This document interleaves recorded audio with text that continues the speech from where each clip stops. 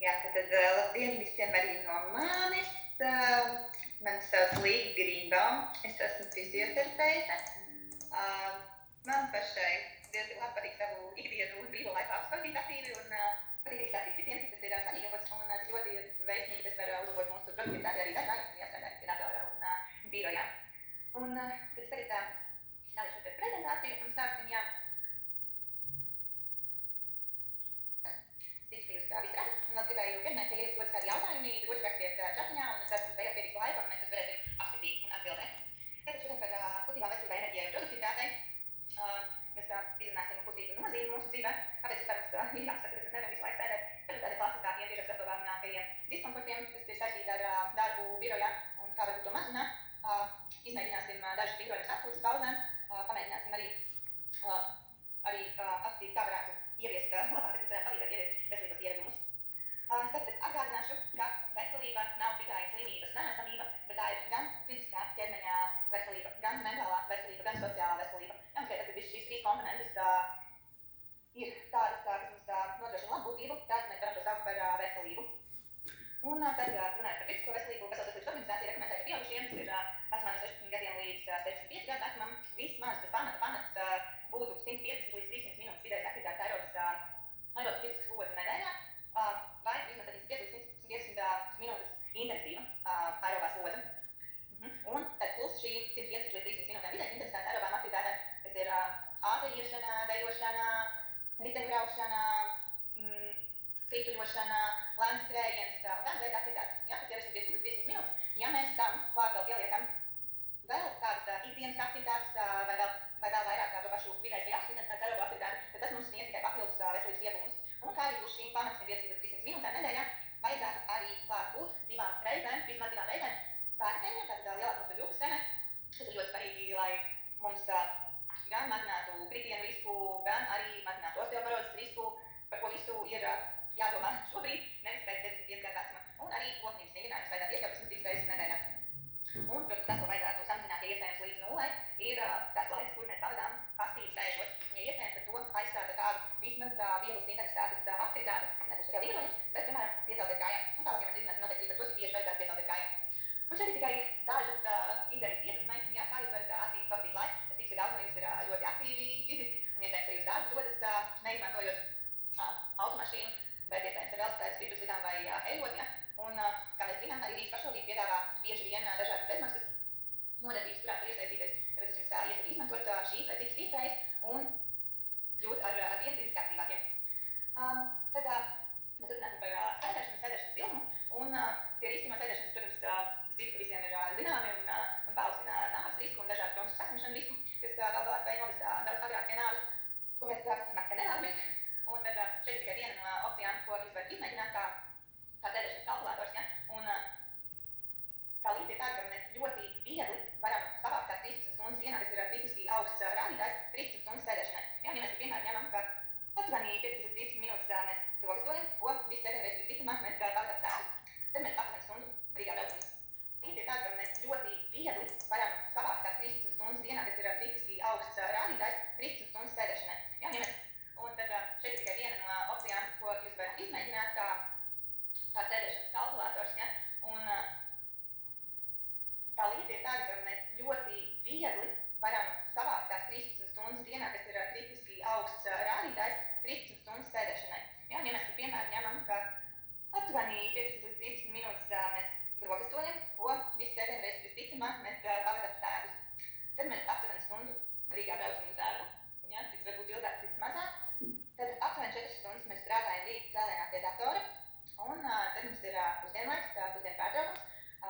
Ieliksim labo praksi, kur 30 minūšu pastāja ir ar pusdienas laiku saistīti, ja? Vai tas ir pirms vai pēc pusdienām. Un tad aptuveni 30 minūtes mēs pavadām atkal pusdienojot sēdus. Pēc tam atkal pēc pusdienām 4 stundas sēžam pie datora, pēc darba dodamies uz 1 stundas fizisko aktivitāti, un pēc tam atkal 1 stundu braucam mājās. 30 minūtes pavadām aptuveni sēžot vakariņu laikā, vai pat stundu, un pēc tam vakar cēlienā, ja mums paliek pusotru stundu vai kādam varbūt vairāk, ko mēs atkal visticamāk mājās atpūšoties, pavadām sēdus, vai skatoties televizoru, vai pavadot laiku pie personīgā datora, vai lasot grāmatu, bet tās pašreiz sēdas aktivitātes. Un šeit mums sanāk šīs 13 stundas dienā, kuras ir pavadītas sēdus, pret 1 stundu fiziskā aktivitāte un 30 minūtes pusdienas laika pastaigi, pret pusotru stundu, kur ir pavadīta aktīvi. Un tas savāds vienkārši nemanot, tāpēc tam noteikti vajadzētu pievērst uzmanību un mēģināt tieši šajā darba dienā ieviest drusku vairāk fiziskās aktivitātes. Jā, un pētījumos ir pierādīts arī televizoru vai pavadot laiku pie personīgā datora vai lasot grāmatu, bet tās pārsvarā ir sēdas aktivitātes. Un šeit mums sanāk šīs 13 stundas dienā, kuras ir pavadītas sēdus, pret 1 stundu fiziskā aktivitāte un 30 minūtes pusdienas laika pastaigi, pret pusotru stundu, kur ir pavadīta aktīvi. Un tas savāds vienkārši nemanot, tāpēc tam noteikti vajadzētu pievērst uzmanību un mēģināt tieši šajā darba dienā ieviest drusku vairāk, kuras ir pavadītas sēdus, pret 1 stundu fiziskā aktivitāte un 30 minūtes pusdienas laika pastaigi, pret pusotru stundu, kur ir pavadīta aktīvi. Un tas savāds vienkārši nemanot, tāpēc tam noteikti vajadzētu pievērst uzmanību un mēģināt tieši šajā darba dienā ieviest drusku vairāk fiziskās aktivitātes.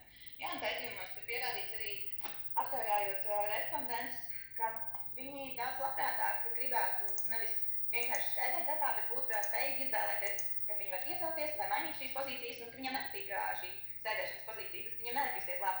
Kā arī citā pētījumā tika atklāts tas, ka nomainot sēdēšanas galvu pret stāvu galvu, darbinieku produktivitāte, tātad spēja izdarīt to pašu darbu apjomu palielinājās par 46%, kas ir ļoti ievērojams rādītājs.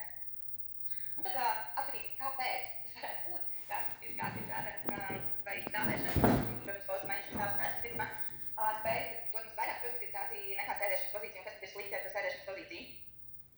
Tātad pirmais sēdas pārsvarā tomēr sēžot šādās priekšu salīkušā pozā, lētiem protekcijā plaušu diafragma ir saspiesta, līdz ar to plaušu kapacitāte un ventilācija ir izteikti samazināta. Un plaušu apakšējās daļas slikti piedalās gāzu apmaiņā vai praktiski nepiedalās, kā arī sirdsapziņas sirdsapziņas sistēmai paredzētā telpa ir saspiesta, līdz ar to asinsrites nespēja strādāt pilnvērtīgi. Labāk, protams, ir tā mums ir ļoti gudrs, ka viņš var īslaicīgi kompensēt dažādas ierobežojumus, bet ne ilgtermiņā, tāpēc atkal būs vēlams šo pozu mainīt. Otrais par sērpīgiem gūžu stāvētājiem, un tā ir vēderpresi.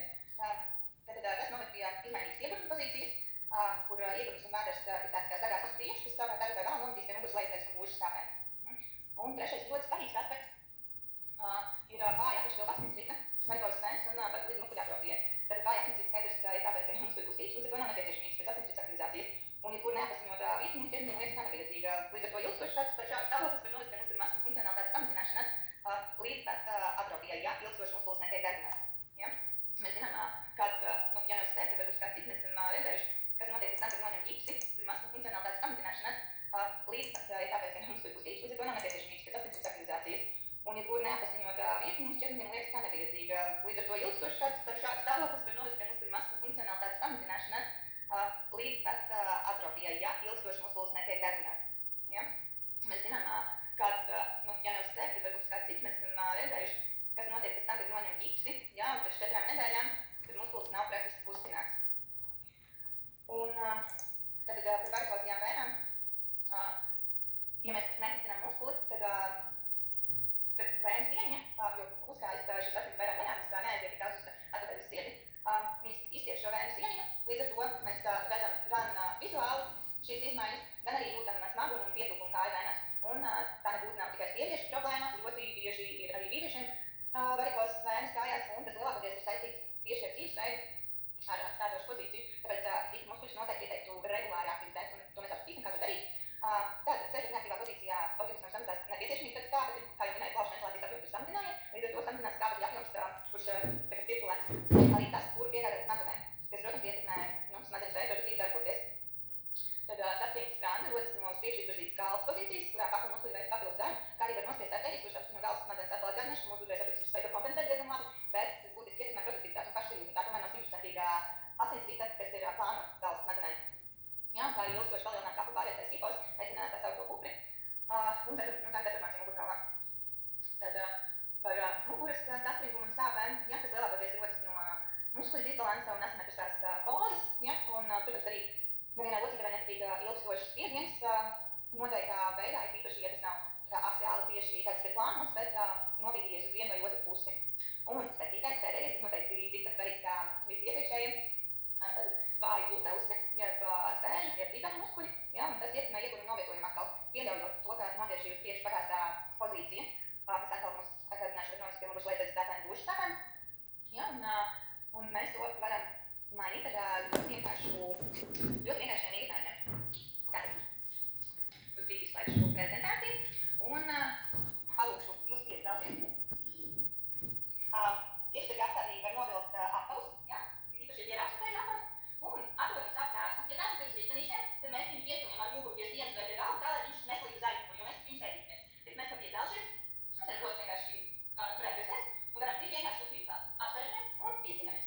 Apsvežamies un pieceļamies. Un šis vienkāršais vingrinājums mums aktivizē gan šos divas muskuļus, lūktakus muskuļus, ja?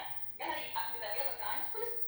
Un, protams, arī uz to āršķildu, kur ir kāda muskuļi ieteikta, kā minē, tad aktivizē gan asinsri, gan izjaunas sēdas pozīciju un šo disbalansu, kurš ļoti sēdas pozīcijā. Un ļauj mums aktivizējot asinsritis, nodrošināt lielāku skābju piedāvāt organismam, līdz ar to arī smadzenēm. Labi, vēl divus, izdātu daudz, jāatlējā, izdātu daudz, jāatlējā. Brīnišķīgi. Un tagad drusku nolikšu uz tādām, ka, un tagad par ikru muskuļiem, ja, ikru muskuļus ir lielākais bērns punktis, bērnām galstiņu appunktātais uz sirdi, un tāpēc tas, kas mums ir jādara, mēs vienkārši paceļamies uz puspirkstiem un uz papēžiem. Puspirksti, papēži, puspirksti, papēži, puspirksti, papēži. Ja, un šādi vingrinājumi veicot, kāds 20 reizes, jūs jau būsiet apakšstilvos aktivizējuši asinsriti un novērsuši varkozo vēju kristumu. Un vēl 4, hop, 3, hop, 2, hop, 1, hop. Ļoti jauki. Atkal varam apsēties un atgriezties pie prezentācijas.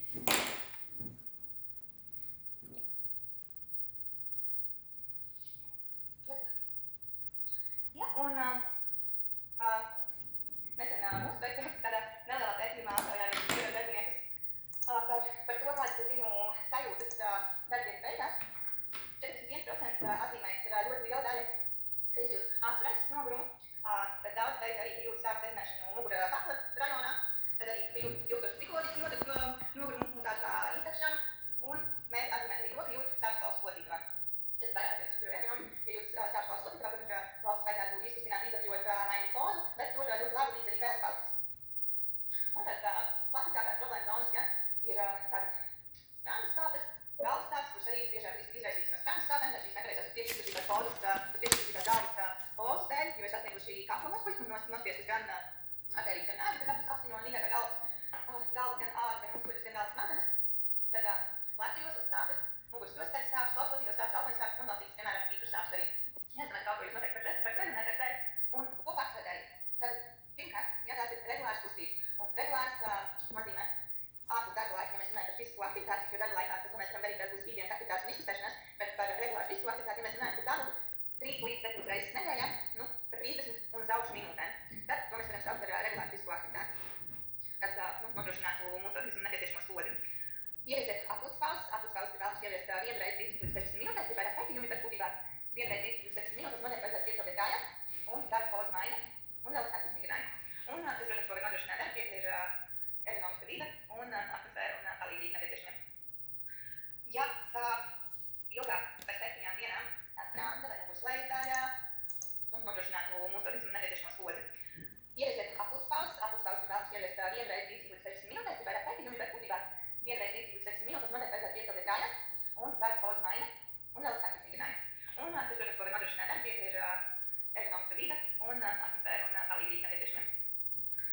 Ja sāp ilgāk par 7 dienām sprāna vai muguras lejas daļā, vai ikri, vai kāda vieta, kas no tā, kā liekas, ir aktīva, un ja šīs sāpes šo 5 līdz 7 dienu laikā nav mazinājušās, tad noteikti jums vajadzētu meklēt ģimenes ārstu, kas ir pirmās vienības speciālists, vai arī vērsties pie fizioterapeita, kurš arī ir pirmās vienības speciālists.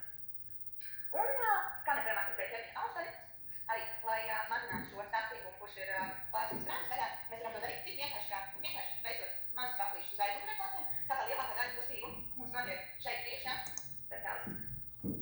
Un kā mēs varam aktivizēt ķermeņa augstsveri, arī, lai mazinātu šo sāpīgumu, kurš ir plācis un sprānas daļā, mēs varam to darīt tik vienkārši veicot mazus paplīšus uz aizmugurē pleciem, tā kā lielākā daļa kustību mums notiek šeit priekšā,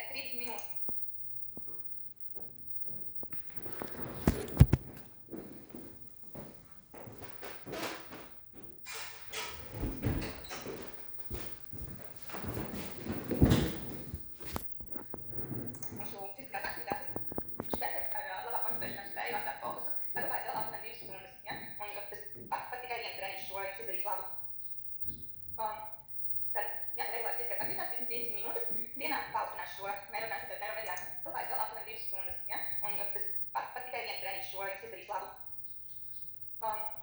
Tad, ja regulārs fiziskās aktivitātes 25 minūtes dienā paaugstinās šo neiromediātoru izdalīšanos, ja tādu kā dopamīna, serotonīns, noradrenalīns. Gan jau šie nosaukumi ir zināmi, ja visi serotonīns ir saistīts ar garstāvokli. Un tad arī dopamīns svarīgs, ja, jo tas ietekmē mūsu motivācijas līmeni, un augsts motivācijas līmenis, protams, palielina vispār spēju mācīties, ja, jo motivācija ir atslēga tam, lai mēs gribētu un varētu vispār iemācīties kaut ko jaunu. Un tad serotonīns, protams, par garstāvokli, ja, zems serotonīns mums ir saistīts ar depresiju un biežākām dusmām. Un atkal, ja mums ir pietiekami augsts serotonīna līmenis, tad pierādīs, ka tas mums ļoti uzlabo mācīšanās un spēju apgūt jaunas prasmes līmeni. Ja, un tad tāds neiromediātors kā noradrenalīns mums uzlabo tas.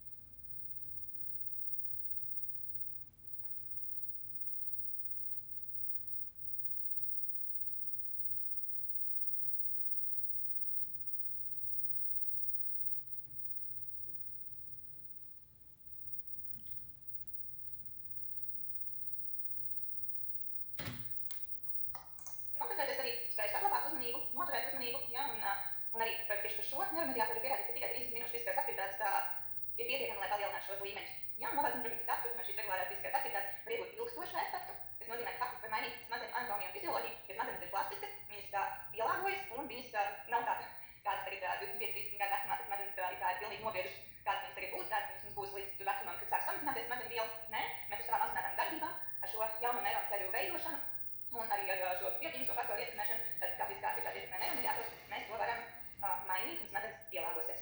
Ja, tāpēc vismaz 30 minūšu fiziskā aktivitāte, 3-4, minimums 3, bet labāk 4 līdz 7 dienas nedēļā, lai saglabātu šos pelnus efektus. Un tad piecināts vienkārši padomā, kā uzlabot produktivitāti darbā, tieši par starp darbu dienu runājot.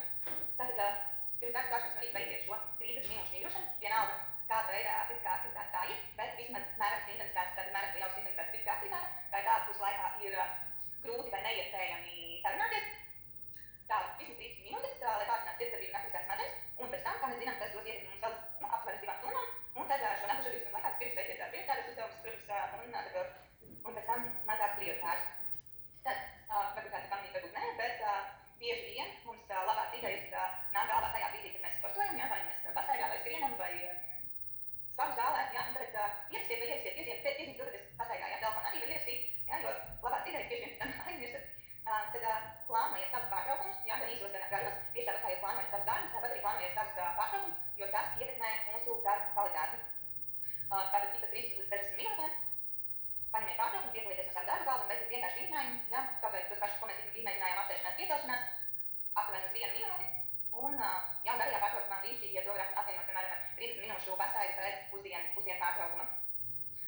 Tad veicat to koordinācijas vingrojumus, ja, jo tas uzlabos uz smadzeņu aktivitāti, kā jau es minēju, rokai proporcionāli smadzeņu garozā ir milzīga vieta atvēlēta, ja, un īsti vienam pašam ir vislielākā no visiem 5 vieta atvēlēta. Mēs mēģināsim to koordinācijas vingrojumus, bet tas uzlabo mums gan smadzeņu funkcijas, kā tādas, ja mēs runājam par anatomiju un fizioloģiju, ko mēs tikko tā pieskārāmies, bet arī veicināt šo spēju koncentrēties uz vienu kaut kādu darbu, varbūt ne tik ļoti patīkamu, ilgstošāk nekā 5 sekundes, ja, kas ir mūsdienu problēma, un arī palīdz būt klātesošam, līdz ar to var mazināt arī trausmi.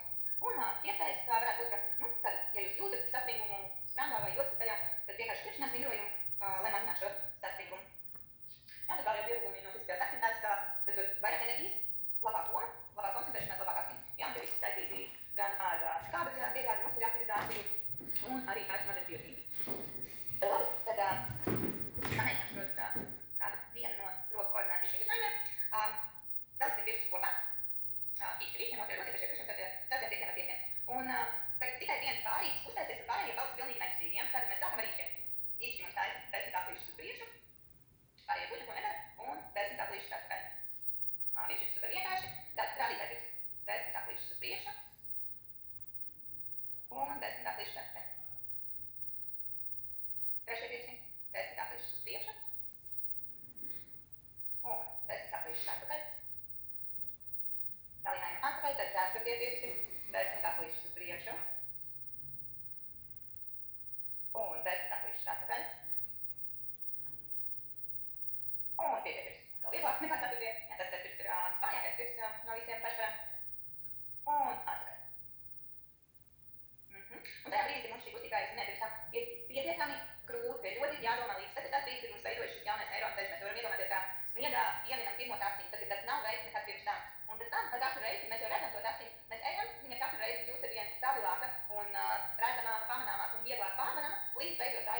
milzu maģistrāli, ka tas ir pavisam viegli, tad mēs varam šo vigrinājumu mest pie malas un ņemt atkal citu koordinācijas vigrinājumu, jo šis neiroceļš ir izveidojies, un mēs veidojam atkal jaunu. Tā, turpināsim. Sprāņu starpības un galvasāpes ļoti bieži sastopama problēma, kas mums ļoti var ietekmēt darba kvalitāti, gan tāpēc, ka, ja mēs izjūtam kroniskas sāpes, tad jebkura aktivitāte dzīvē paliek apgrūtinoša, ēdamāk, pamanāmāk un viss vieglāk nekā vairs smadzenes bioķīmija. Labi, tad ļoti var ietekmēt darba kvalitāti, gan tāpēc, ka, ja mēs izjūtam kroniskas sāpes, tad jebkura aktivitāte dzīvē paliek apgrūtinoša un nepatīkama, jo mēs visu laiku jūtam sāpes un tolerants ir pilnīgi viss pazeminās, kā arī saspringtā spranda mums var ietekmēt smadzeņu atvesaļošanu, tad mums nepienāk pietiekami daudz asiņu smadzenēm. Pārsvarā nekad pilnīgi nebūs šī artērija nospiesta, un ja vienā pusē būs nospiesta, tad otrā pusē viņa tomēr kompensēs un spēs apziņot smadzenes, bet tas būs cik smadzenēm ir nepieciešams šis pavisam minimums, lai izpildītu bāzes funkcijas, bet produktivitāte smadzenēm nav pie bāzes funkcijām, tāpēc, ja mēs gribam palielināt produktivitāti vai dabūt no sevis ārā maksimālo produktivitāti, mums vajadzīga arī maksimāla tā piegāde. Un tas, ko mēs varam darīt, ir veikt vienkāršu kapacitēšanas vigrinājumu, un mēs diezgan ilgi esam sēdējuši, bet pirms ir gatavi, ja mēs izjūtam kroniskas sāpes, tad jebkura aktivitāte dzīvē paliek apgrūtinoša un nepatīkama, jo mēs visu laiku jūtam sāpes un tolerants pret pilnīgi visu pazeminās, kā arī saspringtā spranda mums var ietekmēt smadzeņu atvesaļošanu, tad mums nepienāk pietiekami daudz asiņu smadzenēm. Pārsvarā nekad pilnīgi nebūs šī artērija nospiesta, un ja vienā pusē būs nospiesta, tad otrā pusē viņa tomēr kompensēs un spēs apziņot smadzenes, bet tas būs cik smadzenēm ir nepieciešams šis pavisam minimums, lai izpildītu bāzes funkcijas, bet produktivitāte smadzenēm nav pie bāzes funkcijām, tāpēc, ja mēs gribam palielināt produktivitāti vai dabūt no sevis ārā maksimālo produktivitāti, mums vajadzīga arī maksimāla kābekļa piegāde. Un tas, ko mēs varam darīt, ir veikt vienkāršu kapacitāšanas vigrinājumu. Man liekas, ka mēs diezgan ilgi esam sēdējuši, tāpēc pirksti ir gatavi. Protams, spēcināšu jūs piecelties. Un mēs aizliekam roku aiz muguras, vienu roku aiz muguras, tiekāties lai viņš nerauties augšā, un liekam ausi pie pretējā pleca. Nevis pleca, jā, bet ausi pie pleca. Un ar to roku aiz pretējās ausi viegli pavelkam. Pavisam viegli, maigi, nejūtot sāpes, jūtot patīkamu iesiepumu. Palīdzam galvai varbūt ieņemt to galējo ērto iesiepumu pozīciju, ko viņa spēja sajūtam šeit, tāpēc mūsu ļaušajā daļa iesiepumu, sasnieguma mazināšanos. Un, jā, un tepat no šīs pozīcijas mēs iegriežam zoru 45 grādiem, tā kā pretpādusi, paņemam pakausa un pavelkam tā, kā gribētu deguni ielikt padusē iekšā. Un tad mēs sajūtam, kā iesiepums mums veidojas no pakauša līdz lāpstiņai. Pretējā pusē. Un atkal saglabājot to dziļāko iesējumu iesiepumu, nevelk sev pāri. Tā tas var šajā reizītē izdarīt,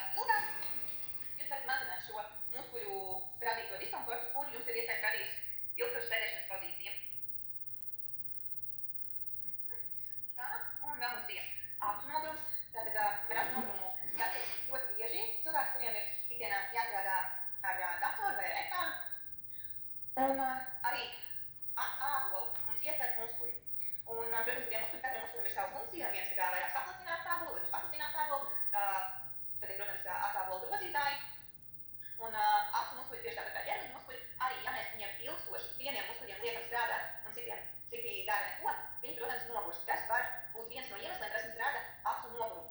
Un vēl otrs iemesls nogurušām saustām acīm, protams, ir iekšķināšana. Ja skatoties ekrānā, cilvēks mirkšķina 1 līdz 4 reizes minūtē, ja, ja mēs mirkšķinām tikai 1 reizi minūtē, kur norma būtu savas 20 reizes minūtē, tad acs netiek mitrināta, netiek attīrīta, un tas var radīt diskomfortu, sausuma sajūtu, graušanas sajūtu. Tāpēc es iesaku jums atcerēties tādu 20-20-20 likumu, kas nozīmē, ka ik pēc 20 minūtēm, vismaz uz 20 sekundēm, paskatīties vismaz 20 metru tālumā. Jā, vai tas ir, ja jums iespēja paskatīties pa logu, tad, protams, es jums iesaku paskatīties pa logu, jo tam atkal ir citi pierādīti ieguvumi klāt, kad ir saistīti atkal ar emocionālo labsajūtu un tādu stūmu. Ja jūs strādājat tādā vietā, kur jums nav pieejams logs, tad paskatieties vismaz uz ofisa tālāko stūrī vai ārā pa durvīm kabineta. Ja, mēģinot paskatīties vismaz 20 metru tālumā, lai atkal iesaistītu šos citus acu muskuļus un mazinātu acu muskuļu nogurumu un diskomfortu ar to saistīto. Un šeit vēl viens vairāk acu muskuļu vingrinājums, nevis tīri tūmu un tāluma, bet tieši lai acu grozītājs izvingrinātu. Tāpēc jūs varat sākt ar, piemēram, sāksim ar virpuļu durvju vingrinājumu, un tad sākumā tikai ar acīm sekojam strīpiņai no ārpuses uz centru, no perifērijas uz centru, un kad ir izsekots no perifērijas uz centru, tad mēs to pašu varam veikt arī pretējā virzienā. Un kad tas ir izdarīts, tad varam pamēģināt arī šo aklī, kurā iekšā ir zigzaga līnija, izsekojot ar acīm zigzaga līnijai no augšas uz leju, un tad arī no lejas uz augšu. Tad par relaksācijas vingrinājumiem. Es domāju, ka mūsdienās visi ir diezgan progresīvi domājoši, un neviens vairs neskatās uz kolēģi dīvaini, ja kolēģis ofisā kaut ko vingro vai dara savai labsajūtai, un daudzos ofisos ir iekārtotas atpūtas un relaksācijas zonas. Jā, gan neesmu noskaidrojusi, vai jums tāda ir, bet tātad relaksācijas vingrinājums nav obligāti gulēt klīt pozā kā jogā. Tas vienkārši ir jāatrod sev visērtākā pozīcija, kurā nejūtam nekādu saspringumu, un kurā mēs varam drusku vērst savu domāšanu uz iešu, vērst savu skatu uz iešu, tādā veidā atslēdzoties no apkārtējās ēnas vides, lai atkal mazinātu potenciālo trauksmi, mazinātu izdegšanu un varētu produktīvāk strādāt. Jā, un šeit arī tikai daži no iespējamiem relaksācijas vingrinājumiem, bet tikpat labi tas var būt relaksācijā vienkārši apsēžoties ēkas savā darba krēslā. Un tad varbūt ierakstiet čatiņā, cik bieži jums sanāk paņemt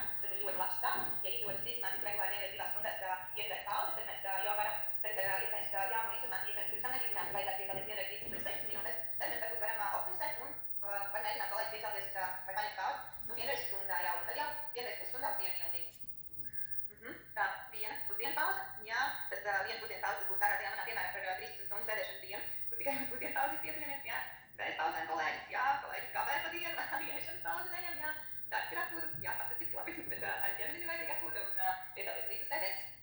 Viena pauze katru stundu pārsmas, jā, tas ir brīnišķīgi, tātad tur visticamāk ir produktivitāte un cerams, ka arī izdegšana nedraud. Labi. Tā, jā, tad vēlreiz par to, ka brīnojums atpūtas pauzē. Tas nav tikai, ka mums tagad ir jātaisa obligāti 5 dienu vai 8 dienu, vai jāspriedz referents augšu uz leju. Tas ir viens no variantiem, tas, protams, ir ļoti labs variants. Katram ir trīs par to, ka ir brīnojumi arī atpūtai, un ja mēs tās atpūtas vingrinājumu apvienojam ar piecelšanos, tas jau ir nošauts drīzāk pie vienu šāvienu, tad ir vingrojumi enerģijai, kas vairāk būs šie ķermiskie vingrojumi, jo tie mums aktivizēt tirdzniecību uz kādas piegādes smadzenēm.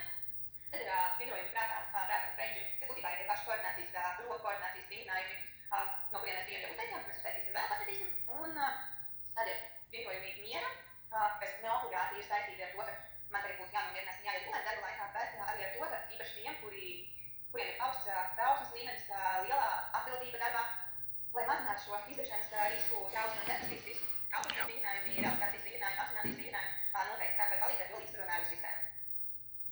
Jā, un šeit ir apjomīgs pētījums, kurš ir koncentrējies uz vairāk kronisko slimību risku, nevis musulu skeletālo sistēmu, tiešākāk 2 minūtes stundā, ir tas minimums, kas ir nepieciešams, lai samazinātu kronisko slimību risku un mirstību no tām par veselu krēšanu, jā, par 33% mazāk. Un tad mēs izmājam vingrojumi atpūtas pauzē, pamēģināsim šoreiz no vingrojumiem atpūtas pauzē sākt ar šo ranging vai smadzeņu treniņu, kas ir vairāk saistīts ar to, ka mēs uzlabojam, veidojam jaunus neironu ceļus, trenējam savu koncentrēšanās spēju, uzmanības noturību, jo, kā jau šiem visiem ir zināms, ja mūsdienās reklāmas, ja viņa ir garāk par 5 līdz 10 sekundēm, viens vairs neskatās, vienam neinvestē, jo uzmanība visiem ir beigusies. Jā, un tāpēc nezinu, cik daudz no jums skatījās Hoffeni, vienkārši skatoties uz mūsu vārdsargu apbrīnojums, vienkārši koncentrēšanās spējas un uzmanības noturēšana, jā, visu laiku šī mazai bumbiņai, mazai ripai ir jāskot, bet, protams, arī šiem hokejistiem ir ļoti augsts koncentrēšanās spēja. Un tagad mēs pamēģināsim tagad tādu koncentrēšanās vingrojumu, kas uzlabos mūsu smadzeņu spējas, un viņš sauksies nošaut zaķi. Tātad ar šito roku mēs uztaisam zaķi. Mēs novedojam ar nagiem līdz ceļu, tikai 2 pirkstus uz augšu. Un ar otru roku mēs uztaisam pistoli, tātad rādītā pirksts rāda uz zaķi, un īšķis ir augšā, jā, kā pistoles gailis. Un tad mēs mainām. Ot, un hop, un ot, hop, un hop, un hop. Jā, sākumā, kamēr mācamies, taisam lēni. Jā, lai iesaigātu mūsu jauno neironu ceļu, daciņu. Un pēc tam jau, jo ātrāk, jo labāk. Un tad, kad paliek pavisam viegli, tad varam teikt, jā, man vēl līdz strādāšu, tas iet. Mēs šoreiz arī varam kā atpūtas pauzē mēģināt darīt, tas jums uzlabos koncentrēšanās spēju, ja jūs taisat šo 1 minūti, un brīnišķīgi, protams, ja jūs tajā brīdī iecēlušies kājās.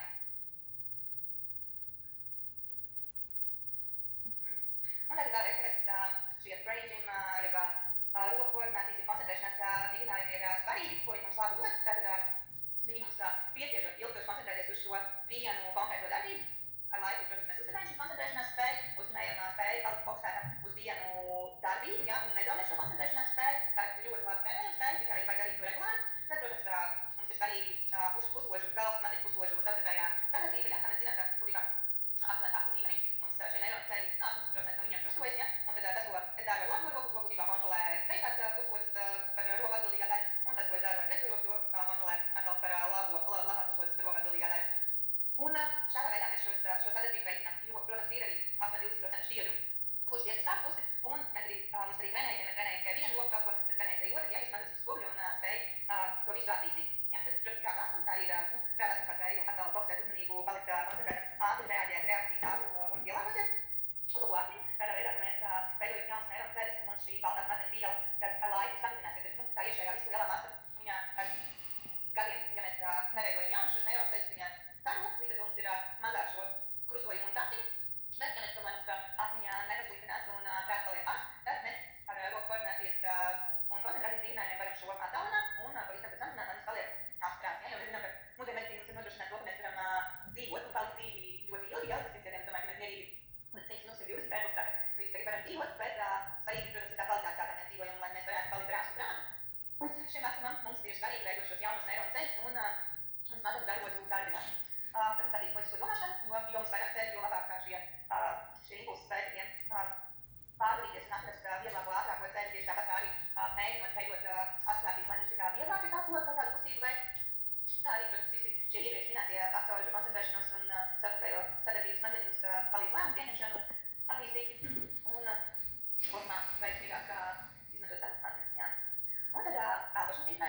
viena no iespējām, kā mēs varam aizpildīt savu atpūtas pauzi, jā, un elpošanas vingrinājumu. Šeit vairāk runāšu par dziļo diafragmālu elpošanu, kas ir būtībā vienīgais fizioloģiskais veids, kā mēs veidā elpot, jo vienīgais īstais elpošanas muskulis, kas ir diafragma, visi pārējie stāvkļi muskuļi, kaklu muskuļi, vēdera, plecu muskuļi, tiem ir elpošanas palīga muskuļi, kuriem vajadzētu ieslēgties tikai pie liela fiziskas slodzes, ja, jo viņi mums attīstā arī simpātiskā nervu sistēmu, mums ir nepieciešama tajā brīdī, kad mums draud briesmas, kad mums uzbrūk tīģeris, un mums ir vai nu jācīnās, jābēg, vai aktīvi kaut kas jādara. Tad smadzenes īsti nedarbojas, tad mums svarīgi ir darbināt ķermeņa muskuļus, un tas ir augsta riska situācijas. Ja mēs negribam savam organismam, savām smadzenēm iesaistīt, ka viņām ir augsta riska situācija, mums nevajadzētu elpot ar elpošanas palīgmuskuļiem, bet tikai ar diafragmu. Tad ar diafragmu elpojot, mums tad ir arī veids, kā mēs varam stimulēt šo, vai aktīvi kaut kas jādara. Tad smadzenes īsti nedarbojas, tad mums svarīgi ir darbināt ķermeņa muskuļus, un tas ir augsta riska situācijas. Ja mēs negribam savam organismam, savām smadzenēm iesaistīt, ka viņām ir augsta riska situācija, mums nevajadzētu elpot ar elpošanas palīgmuskuļiem, bet tikai ar diafragmu. Tad ar diafragmu elpojot, mums tas ir arī veids, kā mēs varam stimulēt šo pretējo mierīgo nervu sistēmu, kas saucas par simpātiskā nervu sistēmu, kura it kā nav gribai pakļauta, bet ir tāds lejotāja nervs, kurš iet cauri diafragmai, un ja mēs viņu ar šīm diafragmas kustībām būtībā tā kā masējam, tad mēs varam stimulēt to, ka mums ieslēdzas vairāk šī līdzsvarojošā mierīgā nervu sistēma, kas atkal mums ir svarīgi pie tā, lai mazinātu stresu. Ja? Un vēl diafragmālā elpošana iet cauri arī, protams, lielie asinsvadi, kas mums palīdz arī visu venozo asinsriti un limfātisko sistēmu uz sirdi virzīt, tur ir, lai nodrošinātu šo cirkulāciju, ja, tad, un veiksmīga limfātiskā sistēma mums arī, protams, palīdz mazināt tūsku un nodrošināt arī veselību, lai nebūtu stāvi organismam. Dziļā diafragmālā elpošanā mums palīdz arī vairot enerģiju tādā veidā, kā atkal. Ja, mums diafragma kustās, mums labi ventilējas plaušas, mums ir arī plaušu apakšējā daļa pilnīgi izventilējusies, plaušu apakšējā nav samazinājusies, līdz ar to mums plaušās varam ieelpot tik mums ir paredzēts katram, un uzņemt pietiekam daudz garu, kuru atkal vienādās smadzenēs smadzenes normāli var strādāt. Elpojot ar diafragmu pietiekamā apmērā mēs arī veicinām gremošanu, ja, jo notiek vēja dobuma orgāni, kur lielākā daļa ir gremošanas sistēmas orgāni, tādi kā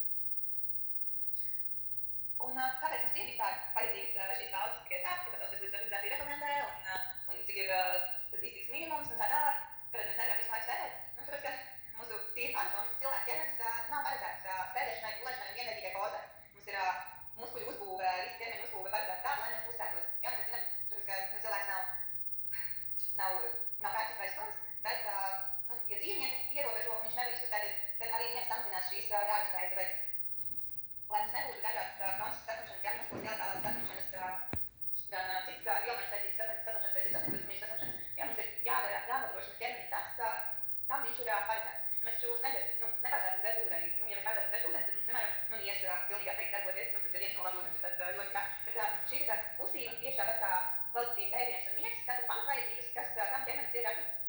Ja? Un, protams, kustība ir nepieciešama pēc kustība apjoms nodrošina to, ka mēs ilgāk dzīvosim, ja? Visas ilgdzīvotāju kultūras viņiem ir kultūrāli jau ielikts tas, ka viņi staigā ļoti daudz un fiziskā aktivitāte ir tā obligāta dzīves sastāvdaļa. Un, protams, fiziskā aktivitāte mums mazina šo diskomfortu, kas mums var rasties no sēdēšanas, līdz ar to mazinot potenciālās stāvus vai jau esošās stāvus. Mums palīdz izdalīt šos neiromediātorus, šos labsajūtas hormonus, ja, serotonīns, dopamīns un noradrenalīns, kas mums gan palīdz justies labi, gan palīdz produktīvāk strādāt. Fiziskā aktivitāte mums nodrošina asinsriti un skābekli, lai mēs varētu justies enerģiskāk, lai nebūtu šī noguruma un letarģijas sajūta. Bieži vien cilvēkiem, klientiem, pacientiem liekas, ka nē, jau tāpat esmu noguris, taču es labāk pasēdēšu divānā un atpūtīšos, nevis tieši pastaigāt. Bet šīs 30 minūšu pastaigas, kur ķermenis ir dabūjis sev nepieciešamo minimālu fizisko aktivitāti un skābekļa piepūdumu smadzenēm, viņam ir jauna enerģija atkal turpināt darboties, nevis iegūvēt. Jā, un, protams, fiziskā aktivitāte mums gan saistībā ar to, ka palīdz izstrādāties neiromediātoriem, gan arī saistībā ar to, ka palīdz normālai plaušu ventilācijai un stimulē šo parasympātisko nervu sistēmu, palīdz mazināt spriedzi un uztraukumu, ja tas ir viens no ļoti efektīviem spriedzes mazināšanas veidiem, to jūs esat pārbaudījuši un zināt, un kā jau mēs izmaiņam, palīdz labāk koncentrēties, un arī fiziskā aktivitāte, bet šeit ir jārunā fiziskā aktivitāte dienas laikā vai pēcpusdienā, palīdz arī naktī labāk izgulēties, jo mums ir iztērēta šī enerģija, ja? Jo bāzes ķermeņiem mums vajag, lai mums ir kaut kāda patēriņš un lai ir apmaiņa. Bet te gan ir daži pētījumi, kuri rāda, ka vēl vakarā fiziskā aktivitāte vai kaut kāds sporta treniņš mēdz atkal dot pārāk daudz enerģijas un radīt jūtības aizspreds. Ja vakarā, ja vēl vakarā ir vienīgais brīdis, kad jūs varat veikt fizisku aktivitāti, tad labāk, lai tā ir 30 minūšu, vismaz 30 minūšu mierīga pastaiga svaigā gaisā, nevis tāds augsts intensitātes uzdevums vai augsts intensitātes fiziskā aktivitāte. Ja, un tā kā jums būs pieejama ierakstīt šis webinars, tad jūs varat atskatīties arī YouTube šo ieteikumu, kā tādu video, kā pavadīt aktīvāk savu darbu dienu birojā.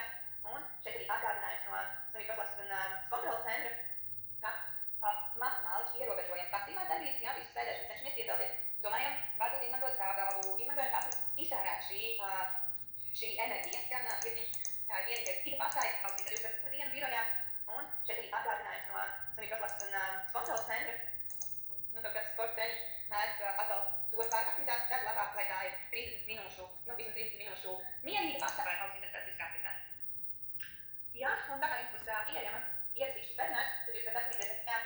Un šeit arī atgādinājums no Slimību profilakses un kontroles centra, ka maksimāli ierobežojam pasīvās darbības, jā, visu sēdēšanu cenšamies ietelties, domājam, varbūt izmantot stāvgalvu, izmantojam katru brīdi, kas mums nav jāpavada rakstot pie datora vai pie galda, piecelties, mēs ļoti daudz ko varam darīt stāvus, piemēram, runāt par telefonu, tikšanās var veidot stāvus, ja mums ir sapulce, kolēģiem nevis piezvanīt, bet aiziet pie kolēģiem, viņš ir birojā un aprunāties šādas mazas lietas, integrēt, un tas iesaistīs samazināt sēdēšanas un pasīvo darbību ilgumu. Un tad vismaz 2 reizes nedēļā veicams kādu komunības ziņojumus, ko jau mēs zinājām, kas uzskatīs organizācijas, vismaz 150 līdz 300 minūtēm aerobās fiziskās aktivitātes, kur ietilpst arī izklaides aktivitātes, ja mēs tās veicam vismaz 30 minūtes, ja, jo pie aerobās fiziskās aktivitātes, lai mums dotu kaut kādu labumu organismam, no tīri ķermeņa sirdsapziņas sistēmai, ne tikai radīt mums prieku, viņiem jāliek vismaz 30 minūtes, tikai bez pārtraukuma.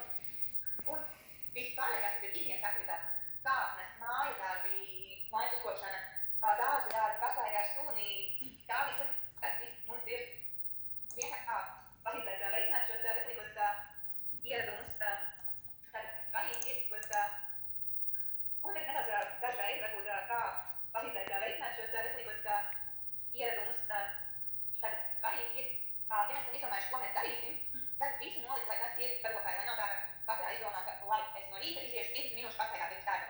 Un ja mēs gribam veikt to kā fizisko aktivitāti, tad mēs rēķinamies, mums pātrināsies sirdsdarbība, pātrināsies elpošana un izdalīsies siltums. Tas nozīmē, ka visticamāk tas būs saistīts ar skriešanu un visticamāk, ka mēs neiesim jau darba drēbēs. Tad visas šīs no rīta mēs izdalīsies, mēs gribam pokailainu.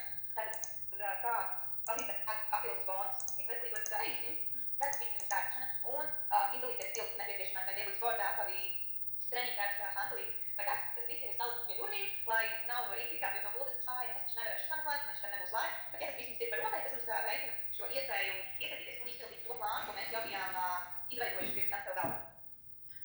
Un kas mums var palīdzēt no mūsdienu tehnoloģijām? Tad galvenā ir vairākas iespējas aplikācijas, kas var palīdzēt, ja pats nevar izdomāt, ko darīt. Tad pirmkārt, ja ir jāsāc tā, cik grūti intensīvi, ja, tad var pavadīt